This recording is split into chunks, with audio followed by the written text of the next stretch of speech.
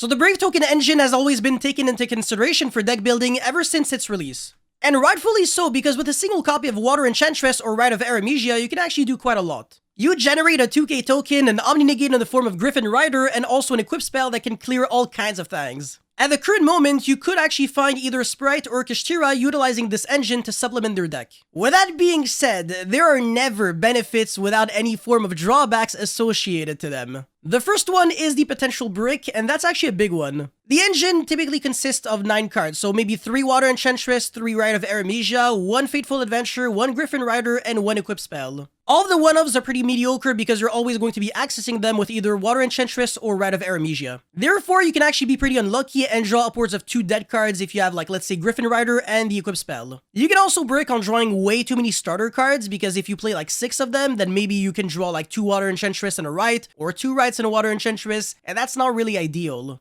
And the second issue is clashing with your normal summon. It's pretty obvious, but if you use Rite of Aramesia, whichever monster you normal summon will not be able to trigger its effect. In Kashtira, you don't really care too much about that because you don't really normal summon too often in that deck. Sometimes it could actually be a little annoying if you have to normal summon using Birth, but at the same time, it's not the end of the world. Oh, and by the way, Gryphon is a level 7, so you can actually make some cool rank 7 plays in that deck.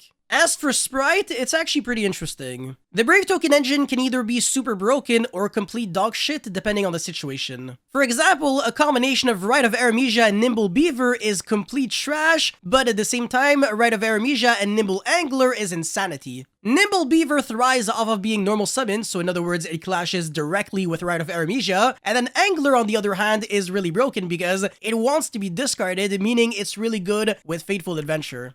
These details change absolutely everything because they could be the reason why you won or lost a game. You may also want to adapt your deck building patterns in order to adapt to the repercussions and ramifications of the Brave Token engine in your deck. So in other words, if you're playing Sprite, maybe a good tip would be consider playing 3 NIMBLE Angler in your deck to maximize the advantage with Fateful. And of course, that's a given, but consider dropping the amount of normal summons that you have in your deck.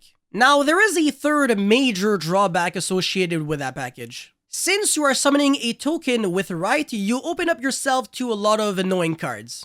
The first one is Token Collector, which is usually not really the end of the world, but if you play that engine at the same time as people are playing maybe Sword Soul in a format, you might actually be suffering from collateral damage. And the second card that completely punishes tokens would be Evenly Matched. If someone finds a way to bait your Gryphon Rider and then manages to resolve unevenly on your ass, you're forced to banish everything except that one token. And the reason for that is because tokens cannot mechanically be banished face down, so you really do not have a choice, you have to keep it. This means that this engine shines even brighter in decks that can already make some spell and trap negates outside of the Gryphon. And I want to say that's a pretty good reason why Sprite would be in a good position because it has access to Carrot, which would actually help you deal with that card in this situation. Now, with that being said, I do believe the Brave Token engine should be played under a few circumstances.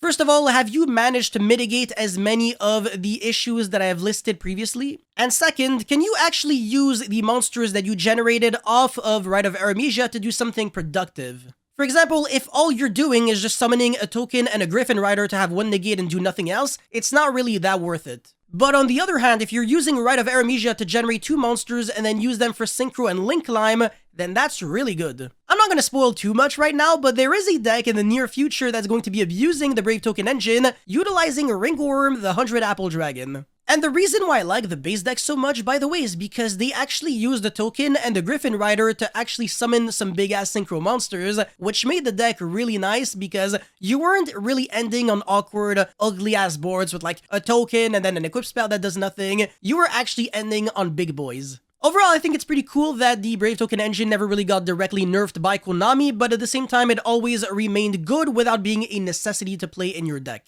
I still think it is an engine that you have to consider in the future because, like I said, it's going to be good again very, very soon, even though right now it's not necessarily something that you're forced to play. But anyways, that's pretty much it for this video, guys. Thank you so much for watching. Don't forget to like and subscribe, and let me know your thoughts about this engine in the comment section below, and I'll see you guys very soon. Peace.